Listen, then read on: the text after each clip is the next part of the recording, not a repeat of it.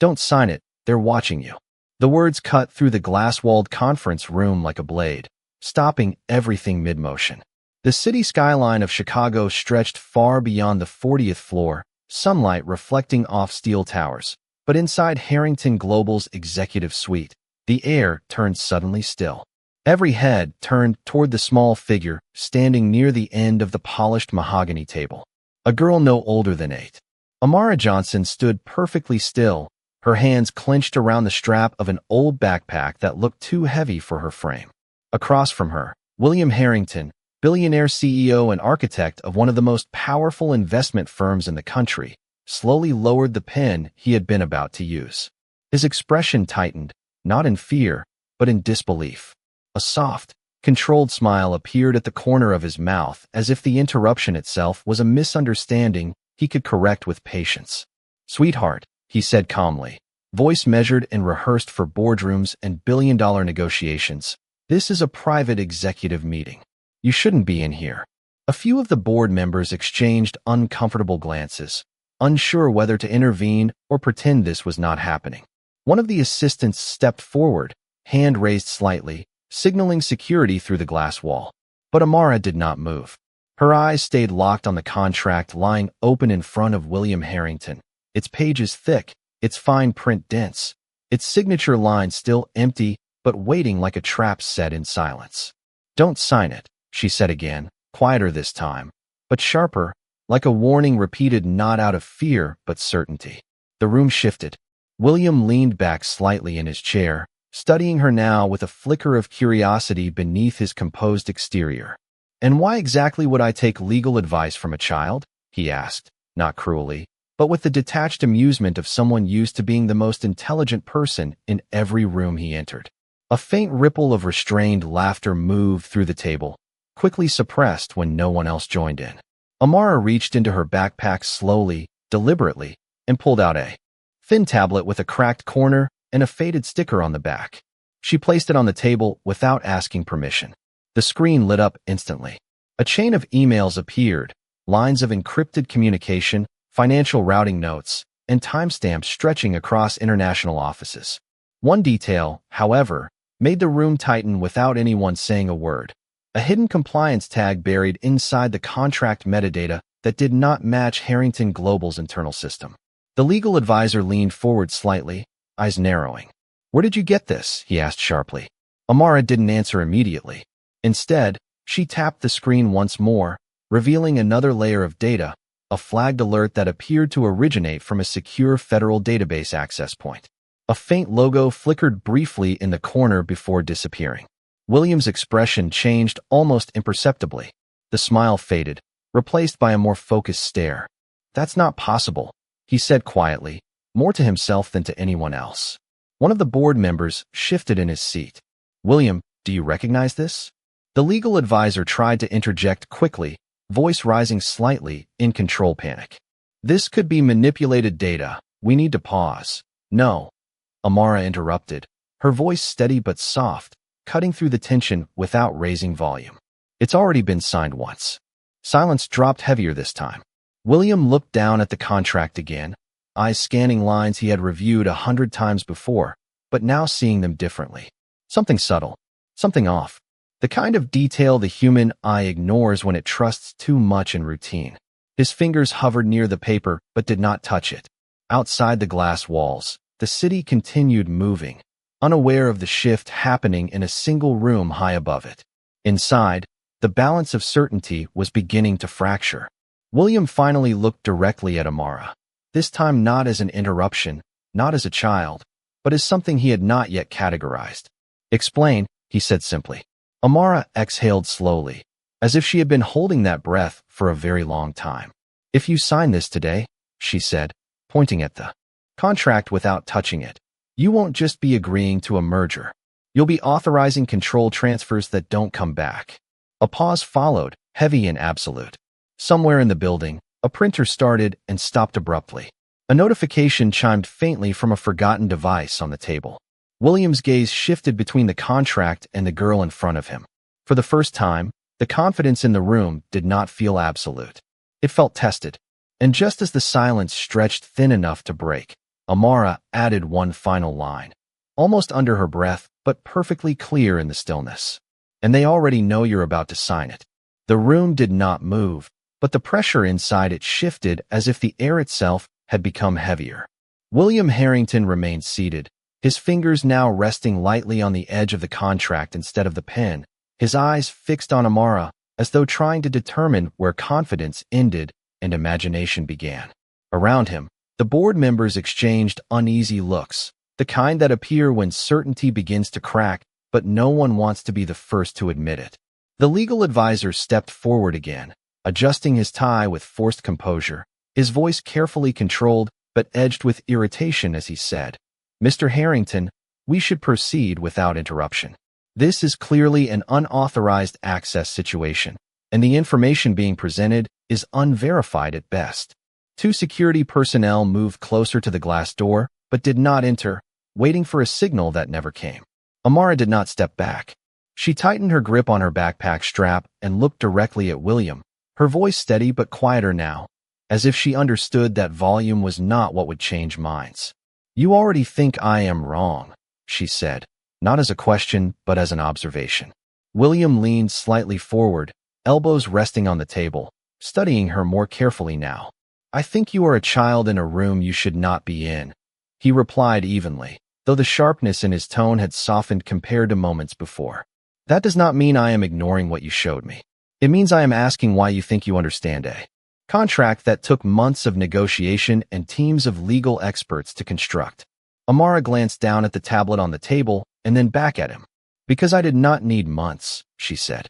"I only needed to see what changed when no one was watching." A faint silence followed, not empty but concentrated, like the pause before a system fails. One of the board members cleared his throat, attempting to regain control of the atmosphere. "William, with respect, we are losing time. If there is an accusation of fraud, it should go through formal channels, not this." He gestured vaguely toward Amara, searching for a word that would not sound inappropriate. "Interruption." William did not respond immediately. Instead, his gaze shifted briefly to the contract again, then back to Amara. "You said earlier that it was already signed once," he said slowly. "Explain what you meant by that." Amara hesitated for the first time, not out of fear but calculation, as if deciding how much truth would be believed if delivered all at once. She reached into her backpack again and pulled out a printed sheet of paper, slightly creased at the edges, and placed it beside the tablet. It was a copy of the same contract, but the signature line was filled. William's eyes narrowed instantly. The legal advisor stepped forward abruptly. "That is impossible. No authorized execution has occurred. All signings are logged and verified through our internal system." Amara tapped the tablet once, and the screen changed to a timeline view. "Then your system is wrong," she said softly. "Because this happened yesterday at 11:17 in the morning during a test synchronization window that was never closed." The legal advisor froze, his confidence faltering for the first time. William's expression hardened slightly, not in anger but in focus, the way it does when a problem stops being theoretical. "A test window," he repeated. Amara nodded.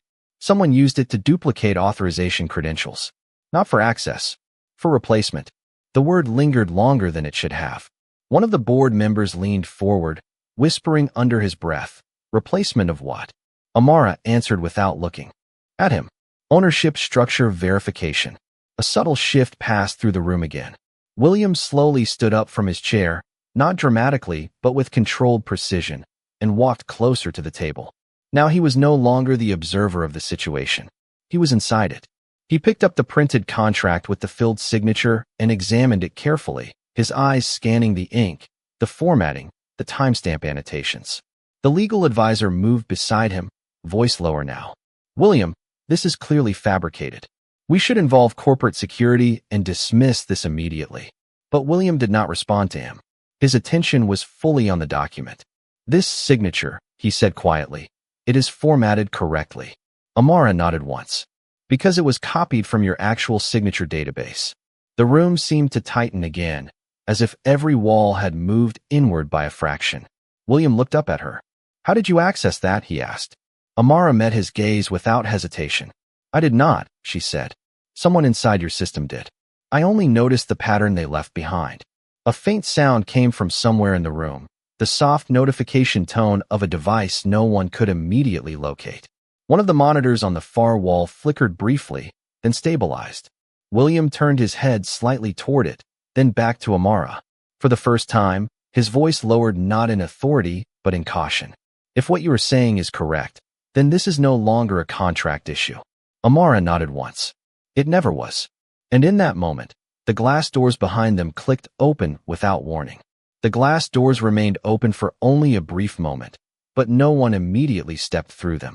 Instead, a colder draft of air moved into the executive suite, carrying the faint sound of elevator movement somewhere beyond the corridor. William Harrington instinctively turned his head toward the entrance, his posture tightening slightly as the atmosphere shifted from internal tension to something closer to external intrusion. Amara did not move, but her eyes followed the same direction, as if she had already expected the interruption before it happened.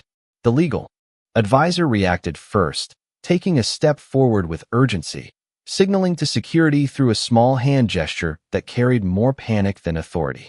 "This meeting is not authorized to be disrupted," he said firmly, though his voice no longer carried the earlier confidence. One of the security guards moved into the hallway, but hesitated just outside the threshold, as if uncertain whether the situation now belonged to internal protocol or something larger. William slowly placed the printed contract back onto the table, aligning it carefully even though the document itself no longer represented order. "No one is entering this room without my authorization," he said calmly, but the statement felt less like control and more like an attempt to preserve it. Amara stepped slightly closer to the table, her gaze returning to the tablet. "They are not asking for permission," she said quietly. The legal advisor turned sharply toward her. "Who is they?" he demanded. Amara did not answer immediately. Instead, she tapped the screen again, and the display changed from static documents into a live data feed showing access logs, timestamps, and a network map of internal systems branching across multiple servers. A faint red indicator began pulsing in one corner of the screen. William leaned forward slightly, his eyes narrowing as he focused on the new information. "That system is air-gapped from external access," he said, more to himself than to anyone else. Amara shook her head gently. "It was," she replied, "until someone mirrored the authentication layer during your last internal audit cycle." The legal advisor immediately reached for the tablet, attempting to take it off the table, but William raised his hand without looking at him. "Do not touch it," William said quietly. The advisor froze mid-motion. On the screen, a new line of text appeared, automatically generated by the system. "External verification request detected."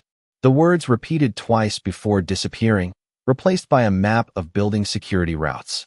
William's expression changed slightly, not into fear, but into recognition of a pattern that was no longer theoretical. "This is a live infiltration attempt," he said. Amara nodded once. "It started when the contract was opened." A subtle vibration ran through one of the glass panels near the ceiling, barely noticeable, but enough to make everyone instinctively glance upward. The legal advisor spoke again, this time more controlled but clearly unsettled. "We need to isolate the network immediately and shut down all external bridges." William did not respond to him. Instead, he turned back to Amara. "You said someone already signed it once," he said. "Show me how." Amara swiped across the tablet, and a reconstructed timeline appeared, displaying a sequence of digital events stretching back 48 hours.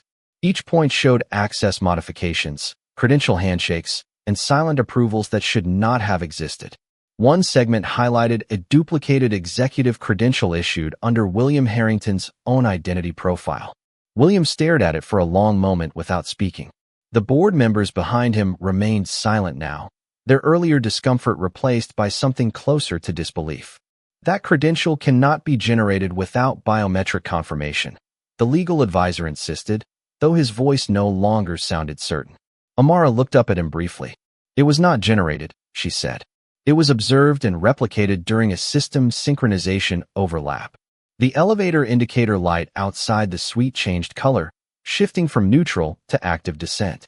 A soft chime echoed faintly through the hallway. William noticed it immediately and turned toward the door again. "Who was in that elevator?" he asked. No one answered. The legal advisor checked his wrist device quickly, his expression tightening as he scanned incoming system alerts. "There is an unregistered federal access request at level 42, he said slowly. The words hung in the air longer than they should have. Amara did not react with surprise. Instead, she simply closed the tablet slightly, as if concluding a calculation. "They are early," she said softly. William looked at her again, this time with a different kind of attention, as if reassessing not only what she knew but what she had already accounted for. "You expected this," he said. Amara nodded once.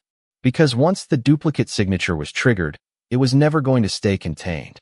The elevator chimes sounded again, closer this time, followed by the faint echo of footsteps in the corridor. The security guard outside the door stepped back into view, his posture now more alert than before. "Sir," he said to William, "there are federal agents requesting immediate entry." William paused for a moment, looking at the contract, then at the tablet, then finally at Amara. "Let them in," he said quietly. The legal advisor turned sharply. "William, we need containment first, not exposure." But William did not look at him. His attention remained on the door as the footsteps stopped just outside.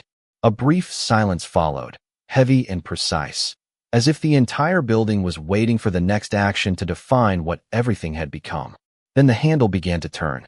The moment the handle turned, the entire executive suite seemed to compress into silence, so precise it felt unnatural, as if even the air had decided to pause and listen. William Harrington did not move, but his eyes locked onto the door with a controlled stillness that masked a rising calculation rather than panic. The legal advisor stepped half a pace back, instinctively adjusting his posture, while the board members remained frozen in their seats, unsure whether they were observers or participants in something that had already moved beyond their authority. Amara stood slightly behind the table now, her gaze steady, not on the door itself but on the space just before it, as if she could already see the sequence of events unfolding before anyone else could. The door opened slowly, not with force but with deliberate precision, and two federal agents stepped inside, their presence immediately altering the geometry of the room. The first agent, Daniel Reeves, scanned the space with calm efficiency, his eyes moving from the contract on the table to the tablet in Amara's hands, then finally settling on William Harrington. "William Harrington," he said evenly, voice carrying the weight of procedure rather than emotion, "this is a federal inquiry. We need you to step away from any pending authorization activity immediately." William did not respond right away. Instead, he studied the agents carefully, then glanced once more at the contract, as if confirming whether reality matched what he had just been told. "You are referring to a contract that has not been executed," William said calmly. Agent Reeves nodded slightly. "We are referring to a system-wide authorization event that has already been initiated under your corporate identity credentials." A faint shift passed through the room, subtle but unmistakable. The legal advisor immediately interjected, his voice sharper now, as if trying to reclaim control through language. "That is not possible. No such authorization exists within our verified signing protocol." Agent Reeves turned his head slightly toward him. "It does now," he said simply. Amara stepped forward just enough to be visible beside the table, her voice quiet but clear. "It was triggered through a mirrored credential window," she said. The second agent, who had remained silent until now, glanced at the tablet in her hands. "You are the one who detected the anomaly," he said, not as a question but as confirmation. Amara nodded once. William finally spoke again, his tone controlled but noticeably more focused than before. "Explain what exactly has been initiated," he said. Agent Reeves walked a few steps into the room, stopping just short of the table, maintaining professional distance. "A multi-layered asset transfer protocol embedded within your acquisition framework," he said. "It is designed to execute silently once executive authorization is detected. In this case, your signature validation was replicated and used to trigger the process prematurely." William's expression tightened slightly, not in anger, but in recognition of complexity exceeding expectation. "And you are telling me this was activated through my system," he said. "Correct," Agent Reeves replied. "But not by you." The legal advisor exhaled sharply, shaking his head. "This is an internal breach scenario. We can contain this within corporate legal boundaries." Agent Reeves turned toward him with measured patience. "This is no longer an internal matter. The authorization trail crosses federal financial infrastructure. Containment is already outside your control. A brief silence followed. The city outside the glass walls continued its normal rhythm, unaware that something within this room had shifted the trajectory of multiple systems at once. William slowly walked toward the table again, stopping beside the contract. He looked down at it, then at the tablet, then finally at Amara. "You said earlier that someone signed it before I did," he said quietly. Amara met his gaze without hesitation. "Not physically," she said. "Digitally. Through your identity replication layer." William paused, absorbing that. "And you stopped it," he said. Amara shook her head slightly. "I did not stop it. I exposed it before full propagation." Agent Reeves nodded once, confirming her statement. Her detection interrupted the final synchronization cycle. Without that interruption, the system would have distributed control authorization across 7 separate financial nodes. The legal advisor stepped back slightly, his earlier confidence now fully replaced by uncertainty. 7 nodes, he repeated under his breath. One of the board members finally spoke, voice low and tense. "If this is true, then the company's entire asset structure." He did not finish the sentence. He did not need to. William turned slightly, looking out toward the city through the glass wall. For a long moment, he said nothing. Then he spoke quietly, more to himself than anyone else. "Someone built this to activate under my name," he said. Agent Reeves nodded. "Yes." William turned back slowly. "And the only reason it failed," he said, "is because of her." His gaze shifted to Amara again, this time no longer questioning, but measuring something far more serious. Amara remained still, her backpack strap still held tightly in her hand, her expression unchanged as if none of this surprised her anymore. The second agent stepped forward slightly. "We will need full cooperation moving forward," he said. William nodded once. "You will have it," he replied. Then, after a brief pause, he looked directly at Amara. "And she stays." The legal advisor turned sharply. "William, that is not advisable." William did not look at him. "She is already inside the system," he said quietly, "whether we understand how or not." The room fell silent again, but this time it was not tension alone filling the space. It was the realization that what had just been uncovered was not the end of a contract dispute, but the beginning of something far larger still unfolding beyond the glass walls of the executive floor. The atmosphere in the executive suite did not return to normal after the federal agent's arrival. Instead, it settled into a new kind of instability, one where authority no longer belonged to a single person in the room. Agent Daniel Reeves stood near the center of the space, speaking quietly into a secured device, his voice measured as he relayed information that none of the board members were fully prepared to process. The second agent remained near the door, scanning the hallway and occasionally glancing at the glass walls as if the building itself had become part of the investigation. William Harrington stood apart from the table now, no longer behind it, no longer in the position of control he had occupied moments earlier. His gaze shifted occasionally toward Amara, who remained still beside the table, her presence calm but unusually anchored for someone her age in the middle of a federal escalation. The legal advisor finally stepped back toward the table, attempting to regain composure through procedure. "If this is a federal escalation, then we must formally suspend all internal access until we receive written authorization," he said, though his voice lacked the certainty it had carried earlier in the day. Agent Reeves looked at him briefly but did not respond. Instead, he turned his attention back to William. "We are already beyond internal suspension," he said. "The replication event has moved into external synchronization channels." William narrowed his eyes slightly. "Explain what that means in practical terms," he said. Agent Reeves paused for a moment, as if choosing clarity over technical overload. "It means the system is no longer contained within Harrington Global Infrastructure. Copies of the authorization sequence are propagating through connected financial intermediaries." A heavy silence followed. One of the board members finally spoke, his voice lower than before. "Are we talking about actual financial movement?" Agent Reeves nodded once. "We are talking about attempted control transfer execution across multiple institutional endpoints." The weight of the statement settled into the room like an unseen pressure. William slowly turned back toward the table and looked at the contract again, though it now felt less like a document and more like a trigger that had already been pulled. So if I sign nothing, William said quietly. This still continues? Amara stepped slightly forward before anyone else could respond. It already started before today, she said. The signature was only the confirmation layer. The structure existed underneath it. William looked at her more directly now, his expression shifting from analysis to something closer to reluctant acknowledgement. And you are certain of this, he said. Amara nodded once. Yes.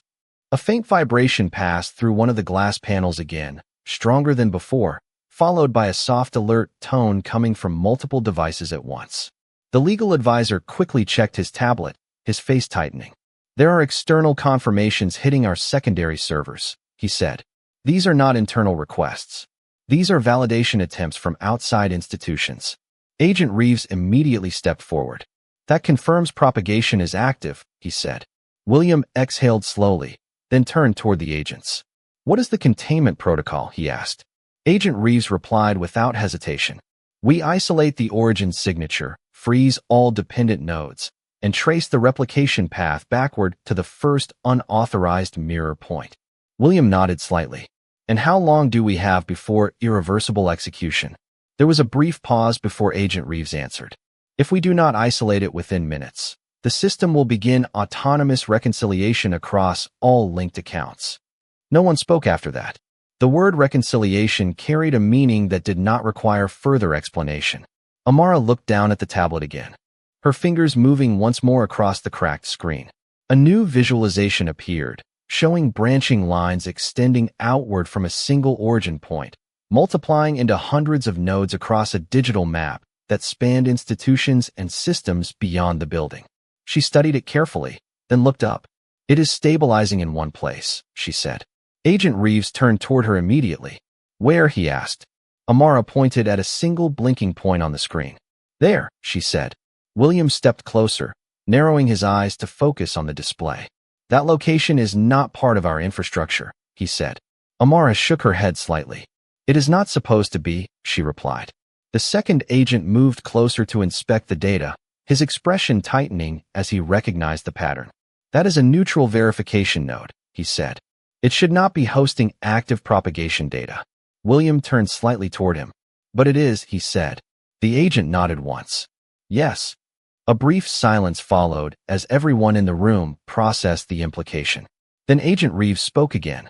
If that node is the stabilization point, it means someone intentionally anchored the replication sequence there to control its spread direction. William's gaze sharpened slightly. Meaning this was not random corruption, he said. It was directed. Amara nodded once. Yes. The room seemed to contract again, but this time the tension was not confusion. It was recognition that the situation had structure, intention, and design behind it. William looked at Amara for a long moment. Then tell me, he said quietly, how do we break something that was built to move through every system we control? Amara hesitated for the first time since the agents arrived. Not because she did not know, but because the answer required acknowledging what came next. Finally, she spoke. We do not break it, she said. We isolate the origin signature and remove the assumption it is attached to you. Agent Reeves nodded slowly, understanding immediately. Identity disassociation, he said. William turned slightly toward him. Explain that in plain terms. Agent Reeves met his gaze. We separate your identity from the trigger that started the system. A quiet pause followed, heavier than the previous ones. William looked at Amara again, this time with a different kind of understanding forming beneath his expression. And you are the one who can identify that trigger, he said. Amara nodded once. Yes. The room went silent again, but now it was no longer about what had happened. It was about what had to happen next, and who would be able to see it before it was too late. The executive suite remained under a controlled silence, but it was no longer the silence of uncertainty. It had transformed into something more structured, as if every person in the room had accepted that whatever was happening had already moved beyond their ability to interrupt it casually. Agent Daniel Reeves stood near the glass wall now, speaking in short, precise updates into his secure device, while the second agent maintained position near the entrance, occasionally communicating with unseen teams outside the floor. William Harrington had returned to the table, but not to his seat. He stood beside it, eyes fixed on the tablet that Amara still held, as if distance from the chair gave him a clearer understanding of what was unfolding. Amara remained steady, her focus locked on the shifting network visualization. The legal advisor stood slightly behind William, visibly struggling to maintain professional composure as the situation expanded beyond corporate interpretation. We are now tracking simultaneous verification attempts from 3 external financial authorities, Agent Reeves said quietly after a brief pause in his communication. All of them are reacting to the same signature anomaly. William turned slightly toward him. So it is spreading faster than before, he said. Agent Reeves nodded. Yes. The propagation curve is accelerating due to confirmation feedback loops. Amara looked up from the tablet. It is not just spreading, she said softly. It is trying to finalize itself. The legal advisor immediately responded. Finalization would require full identity reconciliation and multi-node approval. That cannot happen without executive confirmation. Amara shook her head. It is not asking for confirmation anymore, she said. It is assuming it already has it. A brief silence followed as that statement settled into the room. William slowly crossed his arms, his expression tightening slightly as he processed the implication. If the system assumes my identity is valid, he said slowly, then it will continue to execute under my authority regardless of my actions. Agent Reeves confirmed it without hesitation. That is correct. The legal advisor stepped forward again, urgency returning to his voice. Then we initiate emergency identity revocation protocols immediately. We invalidate all executive credentials and shut down the authentication chain. Agent Reeves shook his head. That would trigger a system-wide collapse response. We would lose visibility into the propagation path entirely. William looked between them. So if we shut it down, we lose it. If we do nothing, it continues. Agent Reeves did not answer immediately because there was no better framing to offer. Amara tapped the tablet once more, and the display shifted again. The network map collapsed inward slightly, then expanded outward, highlighting a central node that pulsed with increasing frequency. It is stabilizing more strongly here, she said again. Agent Reeves moved closer to examine it. That is still the neutral verification node, he said. Amara nodded. Yes, but something changed. William stepped closer, focusing on the same point. What changed, he asked. Amara hesitated briefly, then rotated the tablet so both agents could see. A secondary layer of data appeared beneath the first, revealing a hidden timestamp alignment pattern that did not match any known internal scheduling structure. The legal advisor leaned in, his expression tightening as he recognized the implications. That alignment is not corporate, he said slowly. Amara shook her head. It is not corporate, she confirmed. It is behavioral. Agent Reeves looked at her. Explain. Amara pointed at the pattern. The system is not just executing a contract. It is following a human decision model that was embedded during credential replication. It predicts approval based on past executive behavior. William's expression changed subtly. It is learning my decision patterns, he said. Amara nodded. Yes, and it is correcting for expected resistance. A heavy pause followed. The idea that the system was not only copying identity, but anticipating decisions changed the nature of the threat entirely. Agent Reeves spoke quietly. That means the propagation is no longer purely technical. It is adaptive. William turned slightly toward him. And if it is adaptive, he said, then it will adjust to anything we do next. Agent Reeves confirmed it. Yes. The legal advisor stepped back again, visibly unsettled now. This is no longer a contract breach or a financial irregularity, he said. This is autonomous identity modeling at institutional scale. William looked back at Amara. Then why are you still able to see it clearly? He asked. Amara did not answer immediately. She looked at the tablet, then at the shifting network, and finally spoke. Because I am not part of its prediction model, she said quietly. The room fell silent again, but this time the silence carried a different weight. Agent Reeves glanced at her more carefully now. You are outside its behavioral dataset, he said. Amara nodded once. Yes.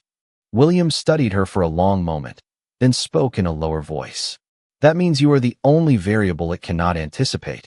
Amara did not respond, but her expression confirmed it. The second agent finally spoke from the doorway. We are receiving updated containment parameters, he said. The stabilization node is requesting confirmation of final execution phase. Agent Reeves turned immediately. From whom? He asked. The agent checked his device. It is masked, he replied. William stepped closer to the table again. So someone is still actively controlling the system, he said. Agent Reeves nodded. Or attempting to finalize it before we sever the connection. Amara suddenly looked up from the tablet, her eyes fixed on the data. It is no longer waiting, she said. It is moving to close the loop. William narrowed his eyes. What loop? He asked. Amara tapped the screen once, and the visualization changed again. The network lines began converging. Instead of spreading, collapsing toward a single point that now pulsed steadily with synchronized timing. Identity confirmation loop, she said. It is trying to force final acknowledgement across all nodes at the same moment. Agent Reeves stepped forward quickly. If that completes, every linked system will treat the replicated signature as permanent authority. The legal advisor exhaled sharply. Then we lose control entirely. William looked at Amara. Can you stop it? He asked. Amara hesitated for the first time. Not in doubt, but in calculation. Finally, she said, not from here. The room tightened again, not with panic, but with the realization that containment had moved beyond observation. Somewhere in the system, the loop was closing faster than before, and every second that passed made the distinction between control and confirmation narrower than anyone in the room wanted to admit. The silence that followed Amara's words did not last more than a few seconds, but in that short span of time, the atmosphere inside the executive suite shifted from containment to urgency.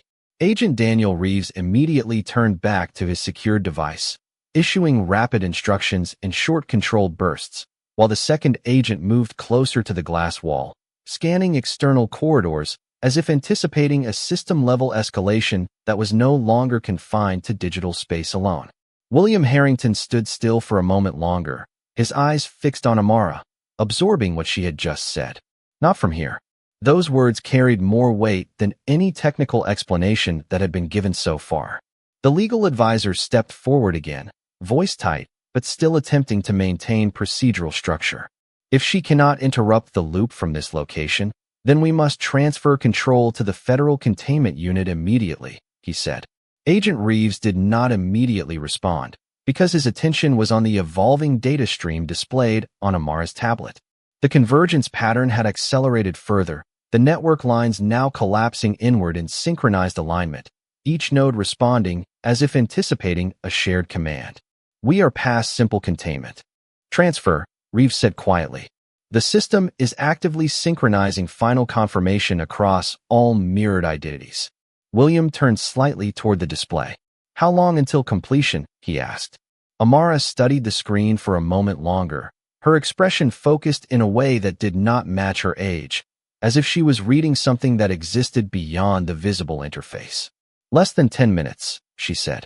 A faint tension spread through the room again, but this time no one moved immediately. Even the legal advisor stopped speaking mid-thought.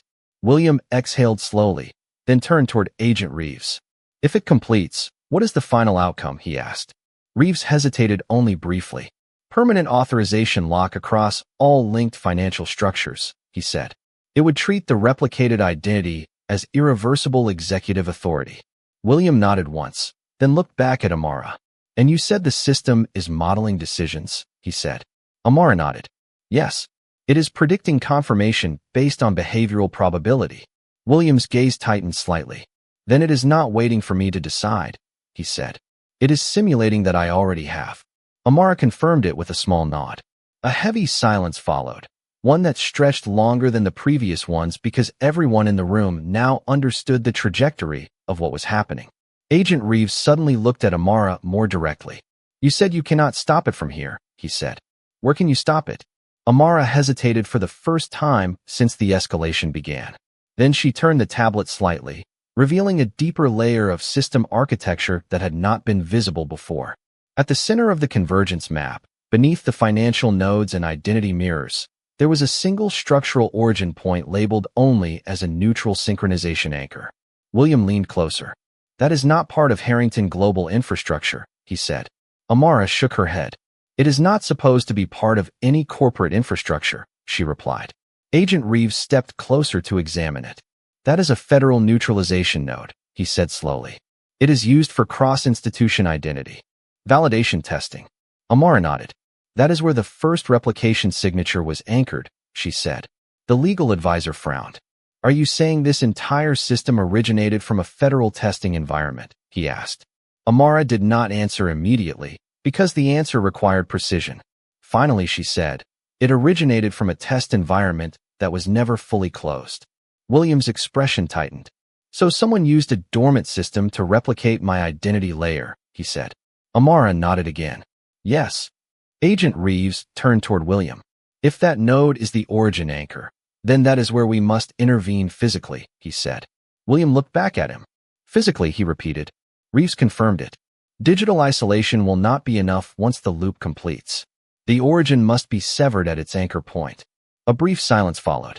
William turned toward Amara again. And you can identify it exactly, he said. Amara nodded once. Yes. The second agent stepped forward slightly from the doorway. We have transport ready on standby, he said. Agent Reeves nodded. Then we move immediately. William looked at the table one last time, then at the contract, then finally at the collapsing network on the tablet.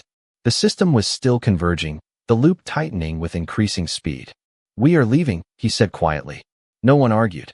Amara tightened her grip on her backpack strap again as Agent Reeves motioned toward the exit. The legal advisor hesitated for a fraction of a second before following, still processing the shift from corporate crisis to federal containment movement. As they approached the door, William paused briefly and looked back at the glass walls of the suite, now reflecting the distant city skyline that remained unaware of what was unfolding above it. Then he turned forward again. Amara walked slightly ahead of him, still focused on the tablet, tracking the final convergence point as the system continued closing in on its irreversible loop. The federal agents led the way into the corridor, where the elevator doors stood open and waiting, their soft light contrasting sharply with the gravity of what had just been set in motion. And as they stepped inside, the display on Amara's tablet changed one final time, marking the origin anchor as active and requesting immediate confirmation of physical intervention. The elevator doors closed with a soft mechanical seal, but the tension inside the cabin did not decrease. Instead, it concentrated into a tighter space, where every breath, every shift of posture, and every glance carried meaning.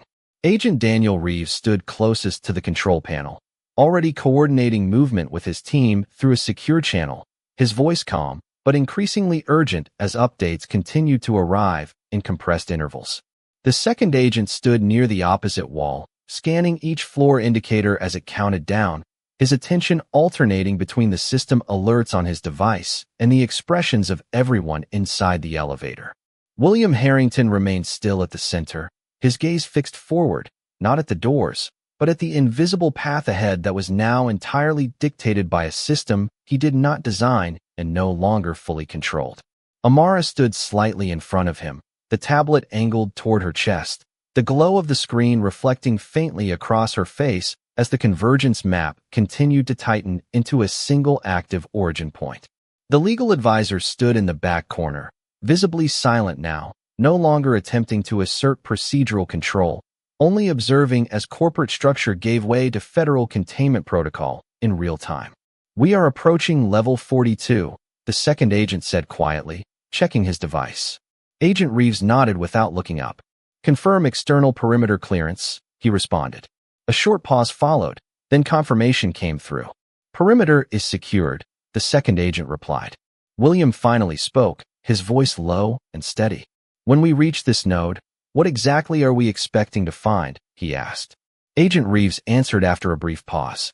We expect to find the origin anchor interface, a dormant system interface that is currently acting as the synchronization host for the replicated identity loop. William turned slightly toward Amara. And you have interacted with this system before, he said. Amara shook her head slightly. Not directly, she said, but I have seen its behavioral outputs in test fragments. The elevator slowed slightly, signaling proximity to the designated floor. A faint chime echoed as the system prepared for controlled access. The second agent raised his hand slightly toward the panel. We are 2 floors away, he said. Agent Reeves adjusted his stance, his attention sharpening. Once doors open, we proceed with immediate containment scan, he he said. The elevator continued its smooth descent, but the silence inside became more compressed, as if the air itself understood the importance of what lay ahead. Amara looked down at the tablet again. The convergence point on the display was now pulsing steadily, no longer collapsing, but stabilizing into a single locked coordinate. William noticed her expression change slightly. "What is it?" he asked. Amara hesitated for a fraction of a second, then turned the tablet, so only she and William could see the update. "It is fully synchronized now," she said quietly. Agent Reeves immediately turned. "Define fully synchronized," he said. Amara's voice remained steady. "It means the system is no longer simulating confirmation. It has reached a state where it considers confirmation already complete." A brief silence followed. The second agent glanced at Reeves. "That would imply irreversible execution readiness," he said. Reeves nodded once. "Yes." The elevator slowed further. One floor remained. William exhaled slowly, then spoke again. "If it believes it is already complete," he said, "then what happens when we disconnect it at the source?" Amara looked up at him. "It will attempt to reconstruct itself using the last accepted identity state," she said. Agent Reeves narrowed his eyes. "A rollback replication response," he said. Amara nodded. "Yes, but incomplete without the anchor." The elevator reached its final descent point. A soft mechanical tone confirmed arrival at level 42. The doors did not open immediately. A brief delay followed, as if the system itself was verifying clearance. Then the door slid apart. The corridor beyond was different from the executive floor above. It was quieter, dimmer, and lined with reinforced glass panels that reflected faint institutional lighting rather than city skyline views.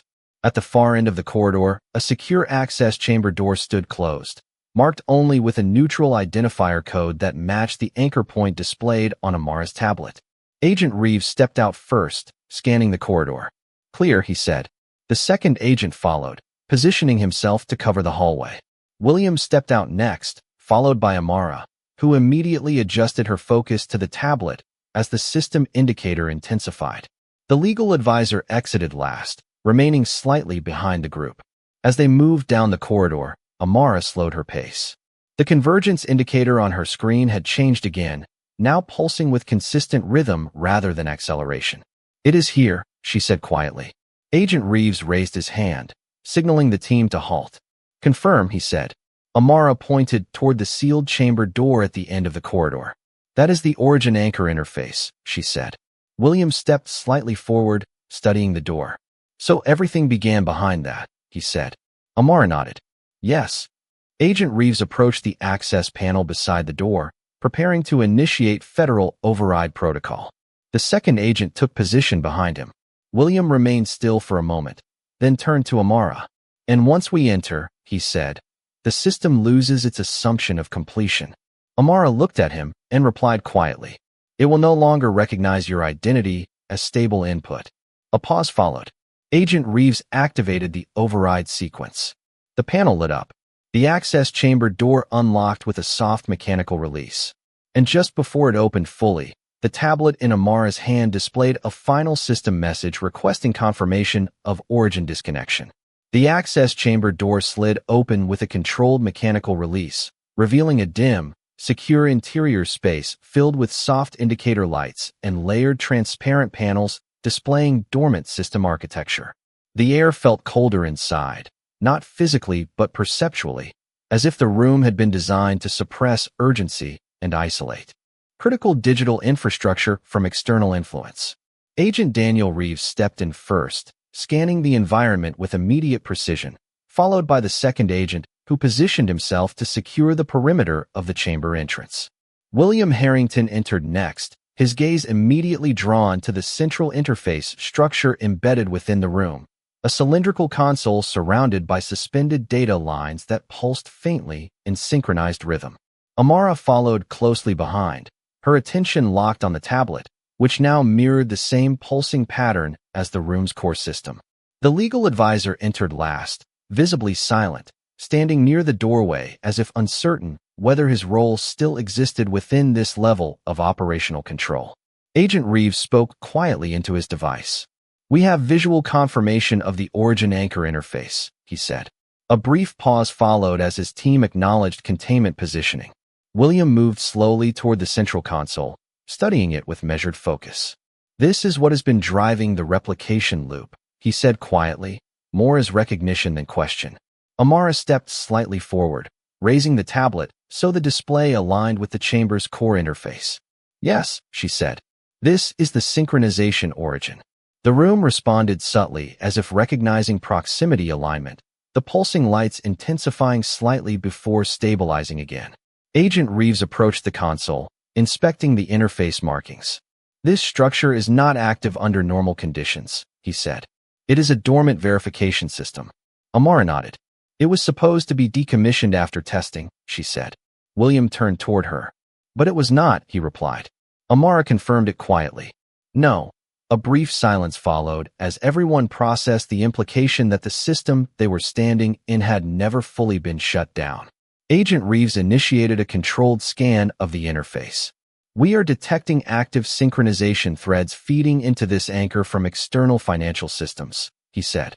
The second agent confirmed perimeter stability. "No external breaches detected physically," he said. "All activity is internal propagation." William looked at the console again.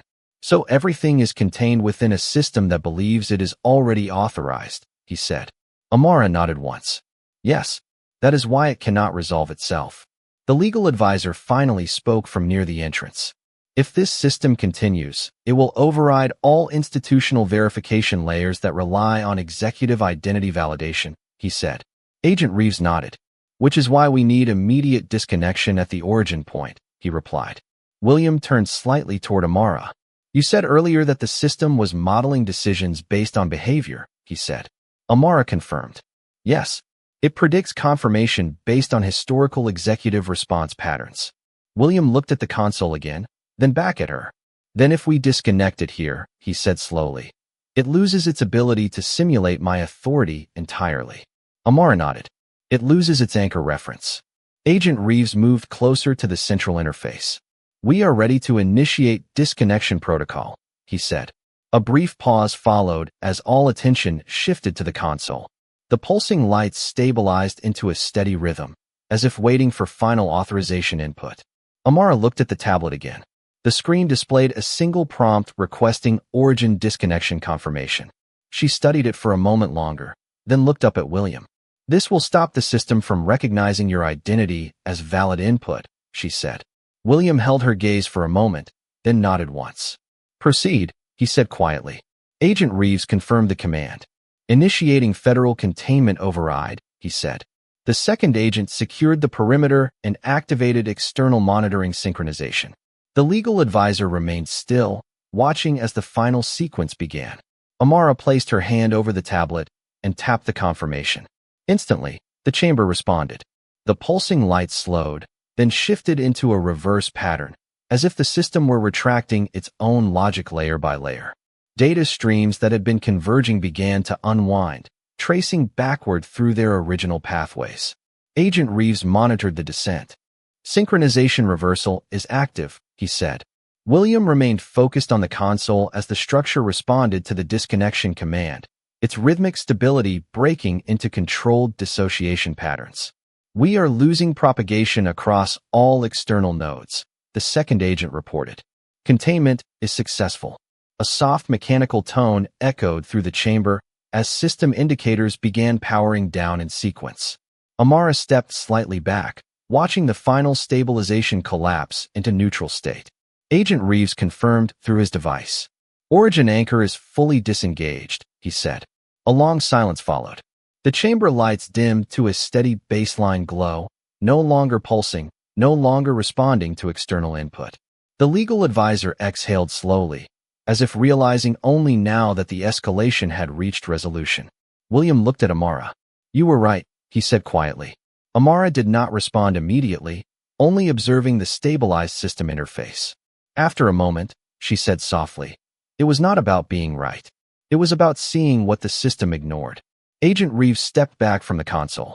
"All replication activity has ceased," he confirmed. The second agent reported final clearance across all monitored nodes.